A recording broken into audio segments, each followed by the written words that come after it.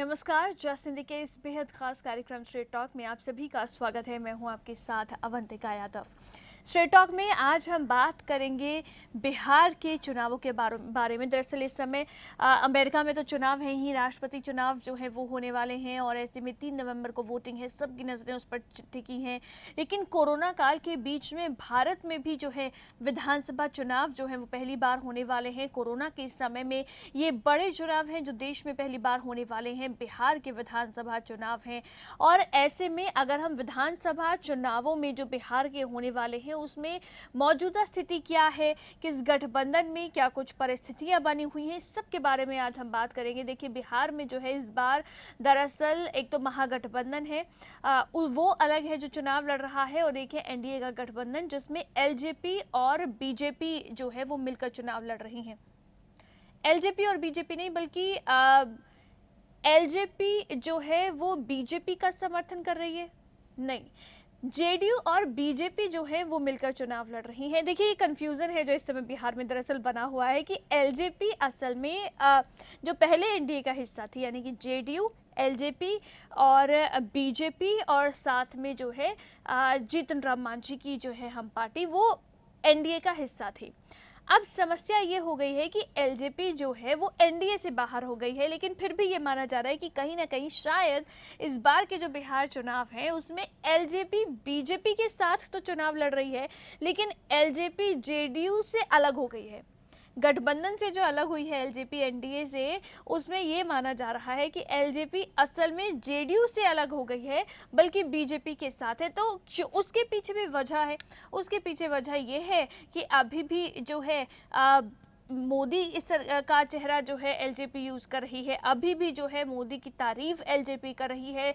नीतीश कुमार के खिलाफ जो है जमकर बयानबाजियां की जा रही हैं, और साथ ही साथ जिस तरह से अब एलजेपी क्योंकि इंडिपेंडेंट चुनाव लड़ रही है, लेकिन इंडिपेंडेंट चुनाव लड़ने में भी उसने अपने जो उम्मीदवार हैं उनको किस तरह से सीट दी है। 143 सीटों पर उम्मीदवार उतार रही है एलजेपी, लेकिन उनको जो सीट दी गई है उस पर भी सवाल है कि कहीं ना कहीं बीजेपी की तरफ थोड़ा सा सॉफ्ट रहकर जो है एलजेपी चल रही है। तो ये तमाम परिस्थितियां हैं और भी बहुत कुछ है जो बिहार में चल रहा है, और इसीलिए आज हम इसके ऊपर बात करने वाले हैं। हम बात करेंगे कौन जीतेगा पाटलिपुत्र के बारे में।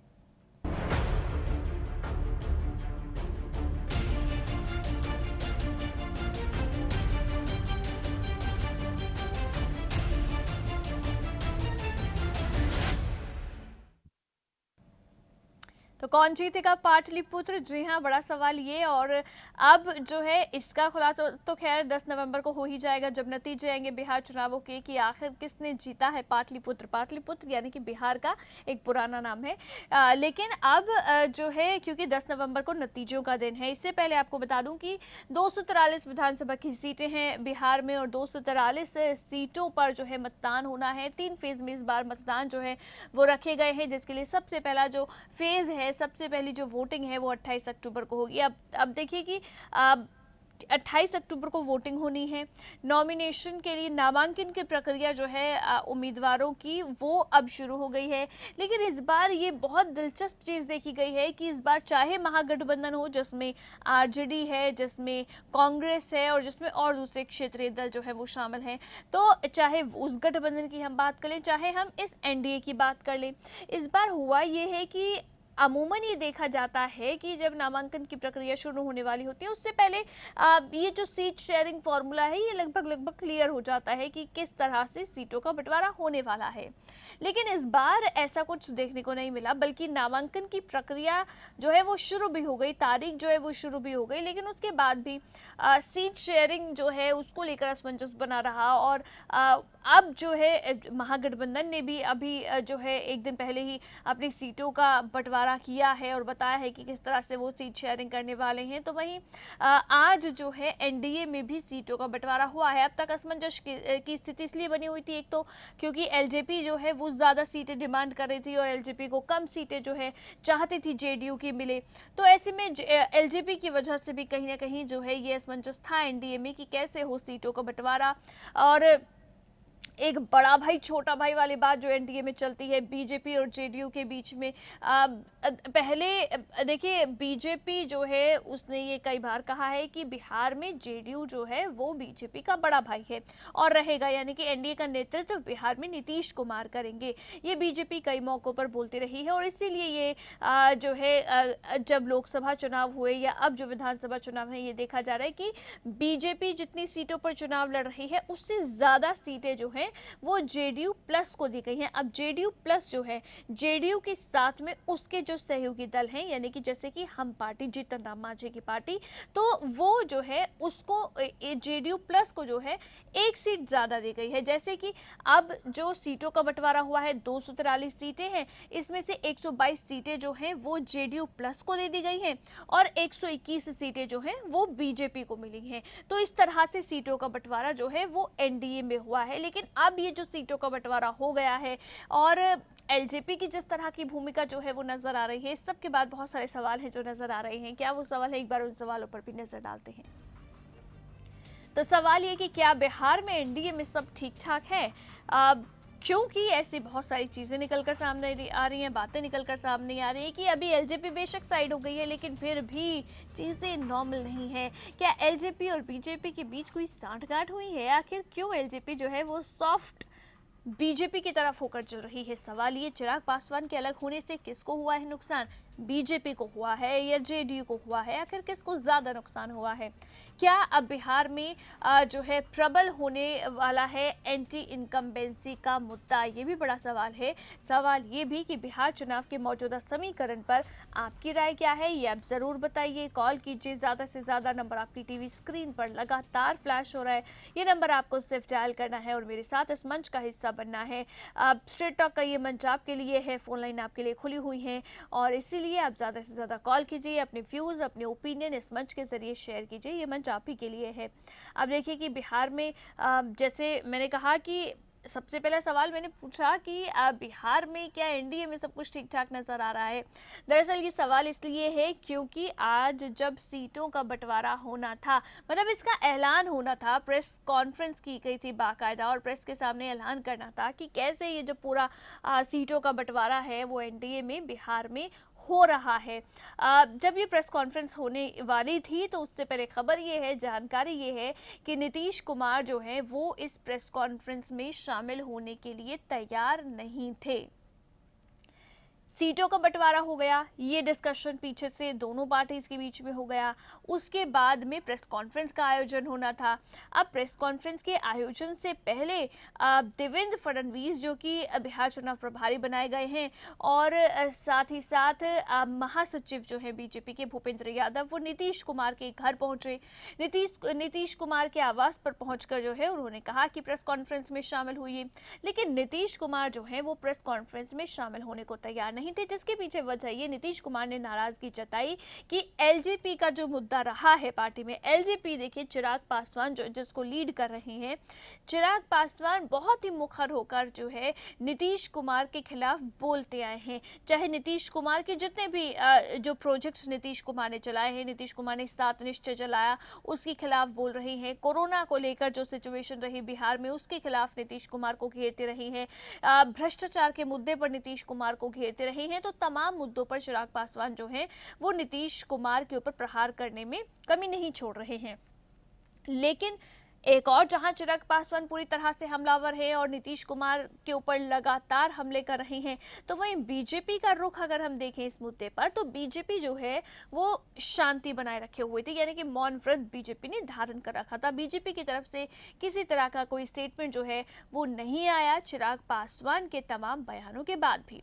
अब इसी बात से जो है नीतीश कुमार नाराज बताए जा रहे हैं कि नीतीश कुमार नाराज थे और इसीलिए जब सीटों का बंटवारा जो हुआ है उसको बताने के लिए प्रेस कॉन्फ्रेंस रखी गई, तो नीतीश कुमार जो हैं उन्होंने मना कर दिया कि वो इस प्रेस कॉन्फ्रेंस में शामिल नहीं होंगे। थोड़ी नाराजगी नीतीश कुमार ने जताई, जिसके बाद में देखिए आनन फानन में हुआ ये कि संजय जायसवाल जो कि बीजेपी के नेता हैं, उन्हें जो है कहा गया कि आप फटाफट से जाइए और एक स्टेटमेंट जो है वो जारी कर दीजिए। तो उसके बाद में बीजेपी कार्यालय में वो जाते हैं, फटाफट से मीडिया कर्मियों को इकट्ठा करते हैं और उसके बाद में एक स्टेटमेंट रिलीज करते हैं कि एनडीए में बिहार में जो नीतीश कुमार के नेतृत्व को नहीं मानेगा वो एनडीए का हिस्सा नहीं होगा। तो ये जब स्टेटमेंट जारी की गई उसके बाद नीतीश कुमार जो है प्रेस कॉन्फ्रेंस में शामिल हुए और प्रेस कॉन्फ्रेंस में भी अगर आपने सुनी हो या देखी हो कि जो डिप्टी सीएम हैं और जो बीजेपी से ताल्लुक रखते हैं सुशील कुमार मोदी, उनकी ओर से भी सेम स्टेटमेंट दी गई और भी नेताओं की ओर से यही स्टेटमेंट दी गई कि एनडीए का मतलब बिहार में नीतीश कुमार के नेतृत्व को मानना है और जो ऐसा नहीं करेगा वो एनडीए का हिस्सा नहीं होगा। तो इसीलिए सवाल है कि क्या बिहार में एनडीए में जो है सब कुछ ठीक ठाक चल रहा है या फिर गड़बड़ियां हैं। रुकेंगे एक छोटे से ब्रेक के लिए, ब्रेक के बाद फौरन वापस लौटेंगे। ब्रेक के बाद एक बार फिर से स्वागत है आपका स्ट्रेट टॉक। आप देख रहे हैं स्ट्रेट टॉक में आज हम बात कर रहे हैं बिहार के चुनावों के बारे में, क्योंकि विधानसभा चुनाव होने हैं बिहार में और कोरोना काल में भारत में होने वाले यही पहले बड़े चुनाव हैं। तो इसीलिए इन चुनावों पर सबकी नज़र है कि किस तरह से ये चुनाव जो है वो कराए जा रहे हैं और आप दर्शक जो हैं वो किस तरह से देख रहे हैं कि इस बार जो सिचुएशन बिहार में नज़र आ रही है, आपको क्या लगता है किस पार्टी के फेवर में माहौल बनता हुआ नजर आ रहा है या फिर बिहार में जो है इस बार कौन बाजी मार जाएगा। हालांकि 10 नवंबर वो दिन है जिस दिन इस सवाल का जवाब तो मिल ही जाएगा कि आखिर बिहार में किसने बाजी मारी है, क्योंकि 10 नवंबर को जो है बिहार चुनावों के नतीजे घोषित होंगे। लेकिन उससे पहले बिहार में जो तस्वीर इस समय बन रही है उसके बारे में हम बात कर रहे हैं कि दोनों जो बड़े गठबंधन है, दो ही गठबंधन है। देखिए तीसरा मोर्चा जो है वो बनने की बात तो हुई है लेकिन तीसरा मोर्चा अभी उतना दमदार नजर नहीं आ रहा है। तो इसीलिए दो बड़े जो है इस समय गठबंधन है बिहार में जो एक दूसरे के खिलाफ खड़े हैं। एक है एनडीए और एक है महागठबंधन। इससे भी अलग अगर हम देखें तो बिहार में दरअसल जो है देखा जा रहा है कि जेडीयू और आरजेडी ये दो बड़ी पार्टी हैं। हालांकि जेडीयू और बीजेपी जो हैं जब चुनाव लड़ती हैं तो अक्सर दोनों के बीच में तालमेल जो है वो देखा गया है और बड़ा भाई छोटा भाई वाली बात जो है वो तो रहती है जेडीयू और बीजेपी के बीच में। बीजेपी ये कह चुकी है कि जेडीयू जो है वो बड़ा भाई बिहार में है और नीतीश कुमार ही एनडीए का गठबंधन बिहार में करेंगे। वहीं हम महागठबंधन की बात कर लें, आरजेडी इसमें है जिसमें कांग्रेस पार्टी है। कांग्रेस पार्टी के अलावा इसमें बहुत सारे क्षेत्रीय दल भी हैं। लेकिन देखा यह जाता है कि महागठबंधन में कांग्रेस की स्थिति ये हो गई है कि कांग्रेस जो है वो सीटों के लिए फाइट भी नहीं कर पा रही कि हमें जो है लगभग बराबर की सीटें दें, आप एक सीट ज्यादा ले लें लेकिन बराबर का बंटवारा जो है वो सीटों का करें। तो कांग्रेस जो है वो बैकफुट पर रहती है बिहार में। कांग्रेस का उतना जनाधार बिहार में नहीं है और इसीलिए आरजेडी जो है दरअसल महागठबंधन को वो लीड कर रही है और इस समय जो है तेजस्वी यादव जो है वो ही महागठबंधन की बैकडोर को संभाले हुए हैं। अब अगर महागठबंधन की अब मैं बात कर लूं तो महागठबंधन में जो क्षेत्रीय दल शामिल हैं उन क्षेत्रीय दलों को दरअसल इस बार जो है वो तवज्जो नहीं मिल पा रही है और इसीलिए जो क्षेत्रीय दल हैं जैसे कि जो कुशवाहा की पार्टी हम कह लें या फिर हम झारखंड मुक्ति मोर्चा कह लें, तो ये जो क्षेत्रीय दल हैं ये नाराज हैं आरजेडी से, महागठबंधन से और इसीलिए अब एक एक करके जो क्षेत्रीय दल हैं वो महागठबंधन को छोड़कर जा रहे हैं। पहले उपेंद्र कुशवाहा ने पार्टी छोड़ दी थी और उपेंद्र कुशवाहा ने जो है कई तरह के आरोप भी लगाए आरजेडी पर और उपेंद्र कुशवाहा ने यह भी कहा कि वो जो है अब तीसरा मोर्चा बनाएंगे। हालांकि तीसरा मोर्चा अभी कोई स्ट्रांग मोर्चा बन नहीं रहा है लेकिन उपेंद्र कुशवाहा के बाद जीतन जेएएम यानी कि झारखंड मुक्ति मोर्चा जो है उसने भी अब महागठबंधन से अलग होने का फैसला कर लिया है। झारखंड मुक्ति मोर्चा ने महागठबंधन से अलग होकर आरजेडी को मक्कार बता दिया है और साथ ही साथ उन्हें यह भी याद दिला दिया है कि आपका झारखंड में जो है आपका कोई जनाधार नहीं था, झारखंड में आपके लिए कोई जमीन नहीं थी, लेकिन हमारी वजह से आप झारखंड में जो है जमीन बनाने में कामयाब रहे हैं और अब इस तरह का सलूक जो है वो झारखंड मुक्ति मोर्चा के साथ आप कर रहे हैं बिहार में। तो ये जो है क्षेत्रीय दल जो बिहार के हैं, छोटे दल जो है, देखिए क्षेत्रीय दल तो जेडीयू और आरजेडी भी है लेकिन जो छोटे क्षेत्रीय दल हैं वो दरअसल इस समय गठबंधन से अलग हो रहे हैं।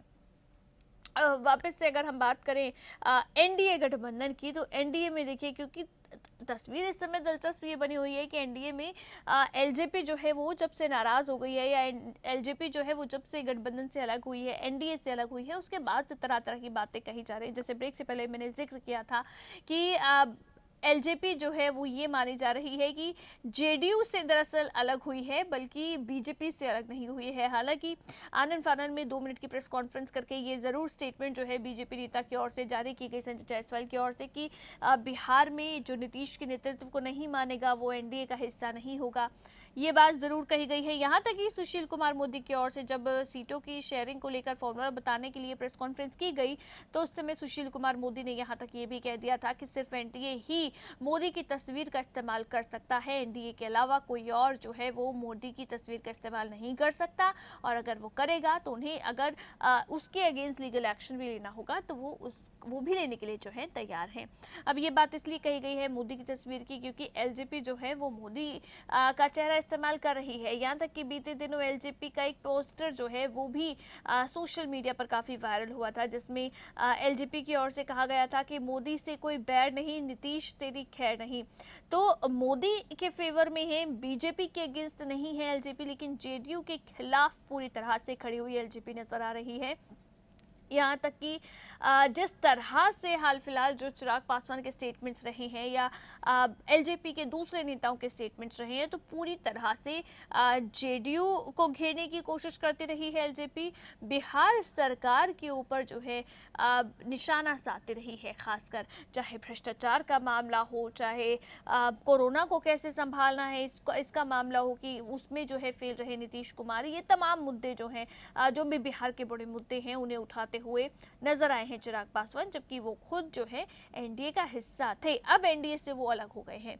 अब ये जो सवाल चिराग पासवान नीतीश कुमार के ऊपर उठाते रहे हैं, इसके बाद से ये लग रहा है कि इस बार के बिहार चुनावों में एंटी इनकम्बेंसी का जो फैक्टर है वो काफ़ी मेजर फैक्टर जो है वो रह सकता है, क्योंकि उन्हीं के एक दल, सहयोगी दल जो है वो खुद उन्हीं पर सवाल उठाते रहे हैं। तो इसीलिए एंटी इनकम्बेंसी फैक्टर जो है वो हावी हो सकता है इस बार बिहार के चुनाव में, और हो सकता है कि सरकार के खिलाफ ये माहौल बन जाए।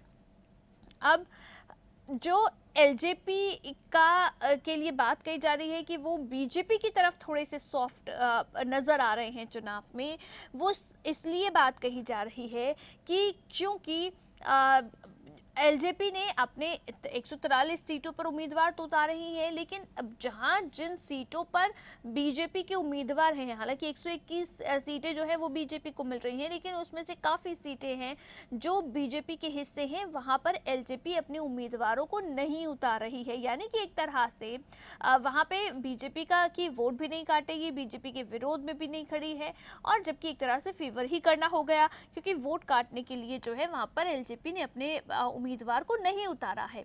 तो इसीलिए माना जा रहा है कि एलजेपी बीजेपी को की तरफ जो है सॉफ्ट होकर चल रही है चुनाव में।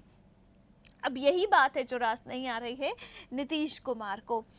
इसके साथ ही साथ आप देखिए कि जो बिहार में सीटों का बंटवारा तो हो गया, लेकिन एलजेपी को असल में जो है हमेशा से माना जाता था कि एलजेपी, पहले रामविलास पासवान जो हैं वो एलजेपी को संभालते थे। चिराग पासवान के पिता हैं और रामविलास पासवान की पार्टी रही है और वो ही पार्टी के अध्यक्ष थे, लेकिन अब चिराग पासवान जो है वो पार्टी के अध्यक्ष हैं। लेकिन जब रामविलास पासवान थे तो रामविलास पासवान को जो है मौसम वैज्ञानिक जो है वो कहा जाता था, कि रामविलास पासवान जो है वो चुनावी मौसम वैज्ञानिक हैं और वो ये परख लेते हैं कि किस दिशा में मौसम बन रहा है और कैसे मौसम बन रहा है, और उसी हिसाब से अपना पाला जो है वो पलट लेते थे।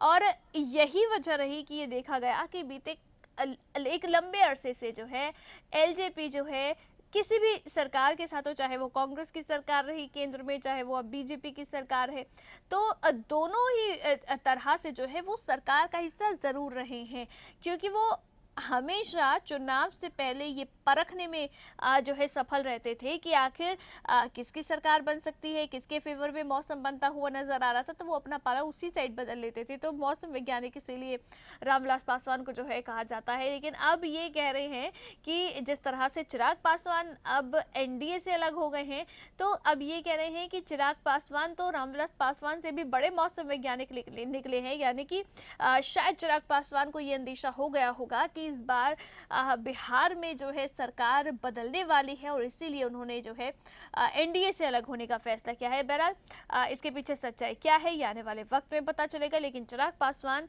की पार्टी का जो इस समय रुख चल रहा है उसके बाद बहुत सारे सवाल हैं, बहुत सारे देखिए संदेह के घेरे में जो है पूरी जो प्रक्रिया चल रही है वो नजर आ रही है। इसके बारे में और भी बात करेंगे। आप दर्शक भी मेरे साथ जुड़िए, नंबर आपकी टीवी स्क्रीन पर है, लेकिन फिलहाल एक बहुत छोटे से ब्रेक के लिए रुक रहे हैं। ब्रेक के बाद फौरन वापस लौटेंगे। ब्रेक के बाद एक बार फिर से स्वागत है आपका स्ट्रेट टॉक। आप देख रहे हैं स्ट्रेट टॉक में आज हम बात कर रहे हैं बिहार के चुनावों के बारे में।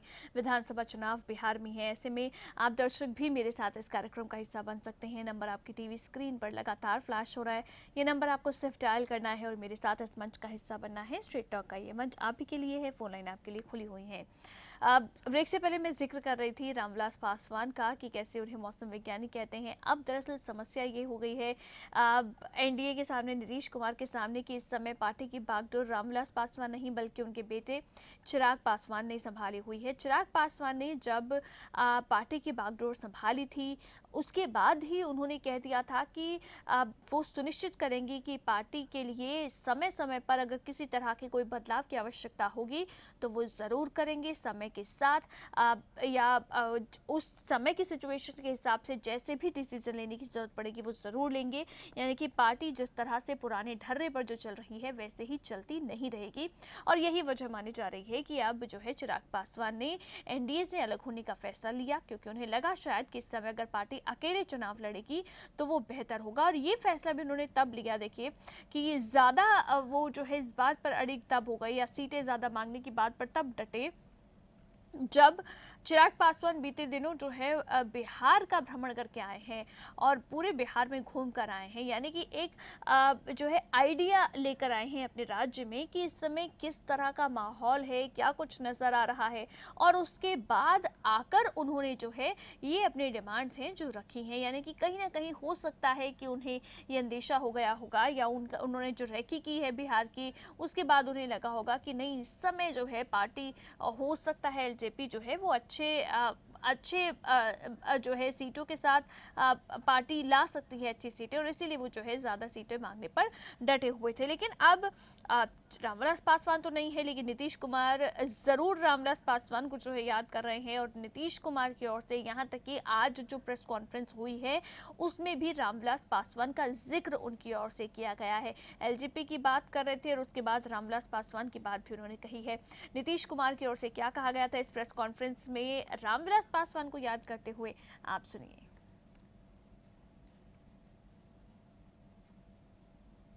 गठबंधन है एनडीए, इसमें बातचीत हो चुकी है और हम लोगों की बातचीत पहले ही हो चुकी थी, लेकिन उसका कोई ऐलान नहीं किया गया था और अब उसके बारे में विस्तृत रूप से जानकारी दे दी जाएगी।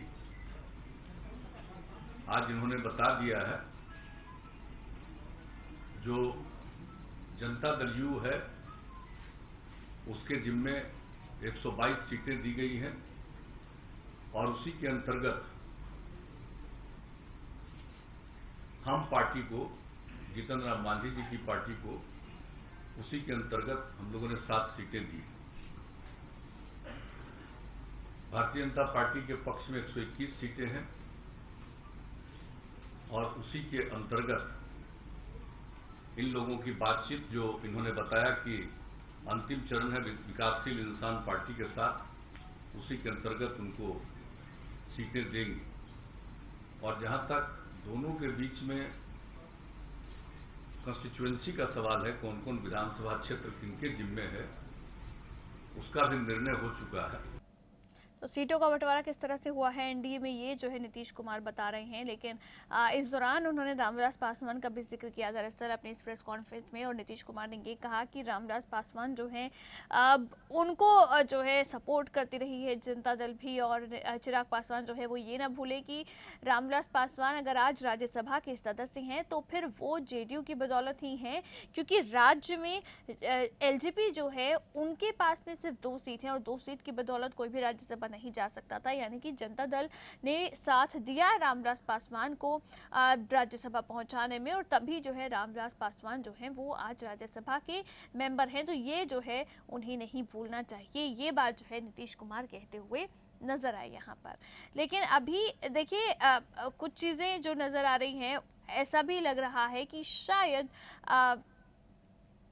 अब एलजेपी तो अलग हो गई है एनडीए से, लेकिन हो सकता है कि एलजेपी ने ये जो अलग होने का फैसला लिया है एनडीए से, इसके पीछे वजह एक और हो सकती है।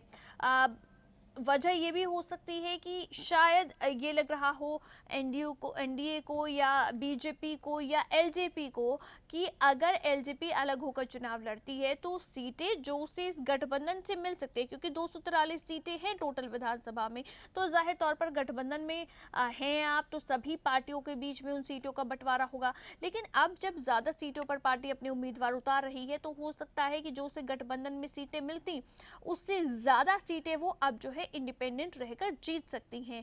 और चिराग पासवान खुद रेकी करके आए थे और उसके बाद में उन्होंने ये फैसला लिया कि उन्हें ज़्यादा सीटें चाहिए। तो हो सकता है कि अब पार्टी अगर अलग होकर चुनाव लड़ेगी तो ज़्यादा सीटें पार्टी जीत ले, और अगर ऐसा होता है यानी कि अगर एलजेपी जो है वो ज़्यादा सीटें जीत लेती है तो उसके बाद में अगर ज़रूरत पड़ती है तो एलजेपी एनडीए का हिस्सा फिर से बन सकती है, और उसके बाद जो है सरकार गठन में जो है वो सहयोग दे सकते हैं। यानी कि अगर सीटें कम पड़ेंगी तो एलजेपी जो है वो वापस से एनडीए का हिस्सा बन सकती है, क्योंकि असल में एनडीए से अलग नहीं हुई है एलजेपी। अगर आप देखें कि एनडीए से अलग होने का ऐलान नहीं किया है। अभी बिहार के चुनाव में जेडीयू का नेतृत्व क्योंकि पसंद नहीं था एलजेपी को, तो इसीलिए जो है जेडीयू की नाराजगी के कारण नीतीश कुमार की पार्टी से अलग होने का फैसला जो है एलजेपी ने लिया है, बीजेपी से अलग नहीं हुई है। क्योंकि अभी भी केंद्र में अगर हम देखें तो केंद्र में अभी भी एनडीए का हिस्सा है एलजेपी, चिराग पासवान की पार्टी, तो इसीलिए एनडीए से अलग नहीं हुई है बीजेपी। ये सिर्फ बिहार में जेडीयू से जो है पार्टी ने अलग होने का फैसला किया है, क्योंकि अभी भी केंद्र में एनडीए का हिस्सा है एलजेपी, जेडीयू जो है वो भी सरकार का हिस्सा है। तो अभी जो है इसीलिए चिराग पासवान जो है वो बीजेपी से उनकी कोई नाराजगी नहीं है। इसलिए ये लग रहा है कि शायद ये जो अलग होने का फैसला लिया है चिराग पासवान ने, इसके और भी कई मायने हैं जो निकल सकते हैं। तो ये तमाम स्थिति है जो बिहार में इस समय बनती हुई नजर आ रही है। लेकिन आप दर्शक किस तरह से देखते हैं इस बार के जो चुनाव बिहार में हो रहे हैं, क्योंकि बेहद दिलचस्प जो है तस्वीर बनती हुई नजर आ रही है, चाहे वो एनडीए में हो चाहे वो महागठबंधन में हो। देखिए महागठबंधन में भी सभी दल एक दूसरे से नाराज इस समय चल रहे हैं। महागठबंधन से एक एक करके जो क्षेत्रीय छोटे दल हैं वो अलग होते जा रहे हैं। कांग्रेस जो है, कांग्रेस का बहुत ज्यादा से नहीं रह गया है इस महागठबंधन में। आरजेडी जो है वो अकेले दम पर एक तरह से लग रहा है कि इस महागठबंधन को चला रही है, और आरजेडी तो चला रही है लेकिन उसमें भी फूट है। देखिए दोनों भाई तेज प्रताप और तेजस्वी, उनमें भी आपस में फूट है। तो ये जो है महागठबंधन की स्थिति इस समय नजर आ रही है।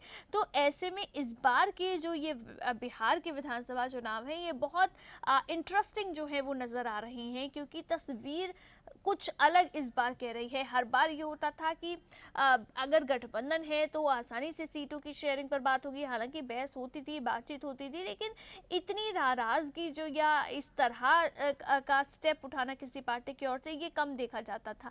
गठबंधन है तो गठबंधन में कोशिश ये रहती थी कि मिलकर चुनाव लड़ें हम, लेकिन अब ये देखा जा रहा है कि कोई तीसरा मोर्चा बनाने की तरफ आगे बढ़ रहा है, कोई अकेले ही चुनाव लड़ने के लिए तैयार है।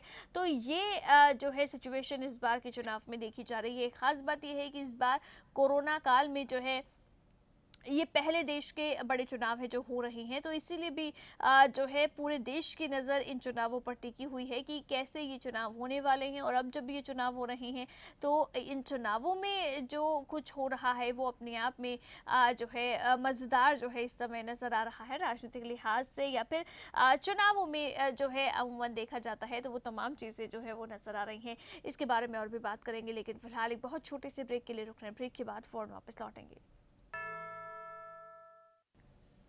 ब्रेक के बाद एक बार फिर से स्वागत है आपका स्ट्रेट टॉक। आप देख रहे हैं स्ट्रेट टॉक में। आज हम बात कर रहे हैं बिहार के विधानसभा चुनावों के बारे में, और इस बार के जो विधानसभा चुनाव हैं वो बेहद दिलचस्प जो है वो नज़र आ रहे हैं, क्योंकि इस बार हर एक गठबंधन के अंदर जो है कुछ ना कुछ हलचल जो है वो देखने को मिल रही है। कोई किसी से नाराज़ है, कोई गठबंधन छोड़कर चला गया है, तो इस तरह की चीज़ें जो है वो दोनों गठबंधन में दिख रही हैं, यानी कि एनडीए गठबंधन में भी और जो महागठबंधन बना हुआ है बिहार में। महागठबंधन यानी कि जो बाकी की विपक्षी पार्टियां हैं एनडीए में, जेडीयू बीजेपी के साथ में एक दो छोटे दल जो है वो शामिल हैं। एलजेपी पहले थी लेकिन एलजेपी छोड़ गई है। उसके अलावा जो है विकासशील पार्टी और हम पार्टी जो है जीतन राम मांझी की पार्टी, ये चार पार्टियां अब एनडीए में बची हैं बिहार में।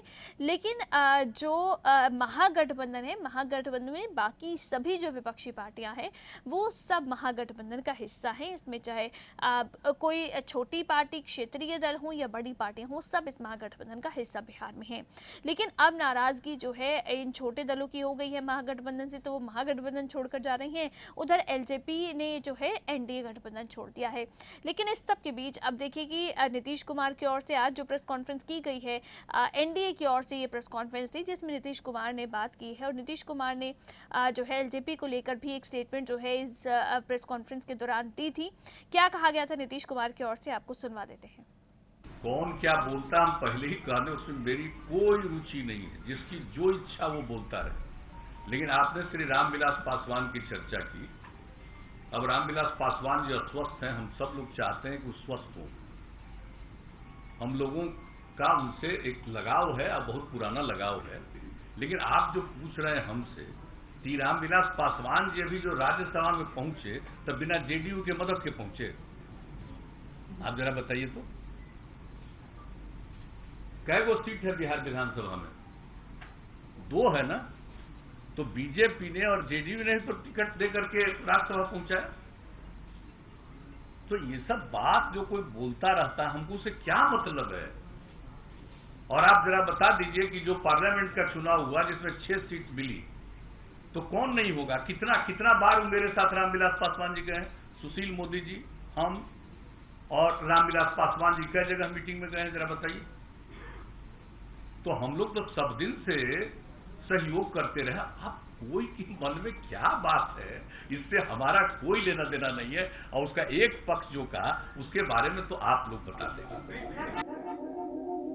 तो रामविलास पासवान को लेकर जो है नीतीश कुमार बोलते हुए नजर आए कि अगर बीजेपी और जेडीयू ने उन्हें सहयोग नहीं किया होता तो तब वो पार्लियामेंट थोड़ी जाते, राज्यसभा थोड़ी जाते। अब क्योंकि बीजेपी और जेडीयू ने उनका सपोर्ट किया था, उनको राज्यसभा पहुंचाया है, उनका समर्थन किया, तभी तो वो राज्यसभा में जो है आज सांसद हैं। लेकिन अब नाराजगी किस बात को लेकर है, ये तो वही जान सकते हैं, नीतीश कुमार कहते हुए नजर आए हैं। रामविलास पासवान जो है वो अस्वस्थ हैं, उनके स्वस्थ होने की कामना भी की है।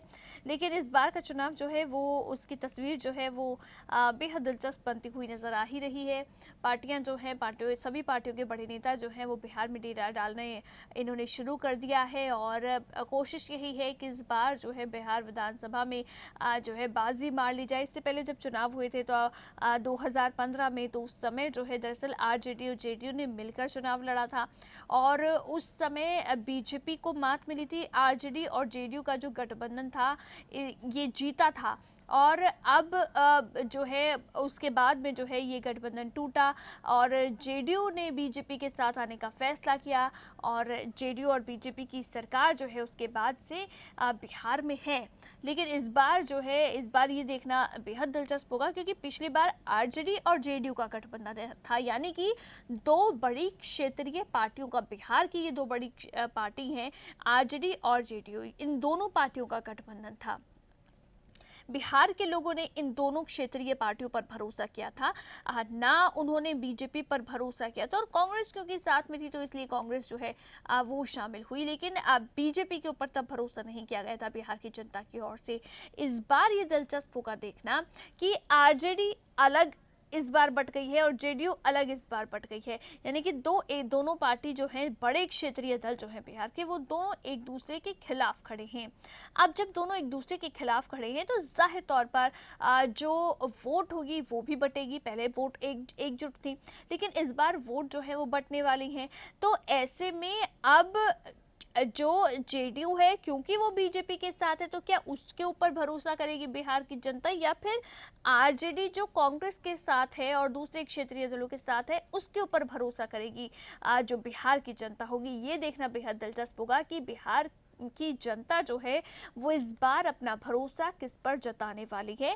और ये देखने के लिए इस बार बिहार में जो है कोरोना काल है तो इसीलिए कम चरण जो है वो रखे गए हैं। 3 चरणों में महज मतदान हो रहा है। पहले चरण के लिए मतदान जो है वो 28 अक्टूबर को होगा, उसके बाद में 3 नवंबर को मतदान होना है, फिर 7 नवंबर को मतदान होना है और उसके बाद आखिरकार जो है जब जो नतीजे घोषित होंगे वो 10 नवंबर को नतीजे घोषित हो जाएंगे। यानी कि अब लगभग 1 महीने का वक्त है जब ये तय हो जाएगा, ये साफ हो जाएगा कि इस बार बिहार में किसके ऊपर बिहार की जनता ने भरोसा जताया है।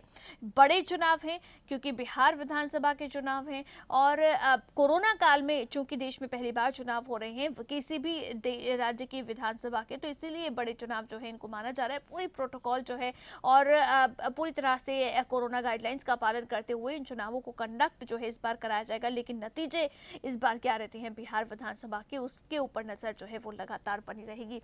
इसी के साथ स्ट्रेट टॉक में आज के लिए बस इतना ही। आप देखते रहिए जस्ट हिंदी और मुझे दीजिए इजाजत, और जरूर देखिए स्ट्रेट टॉक के बाद दिल की ओपन स्टेज लाइव विद सिमरजोत।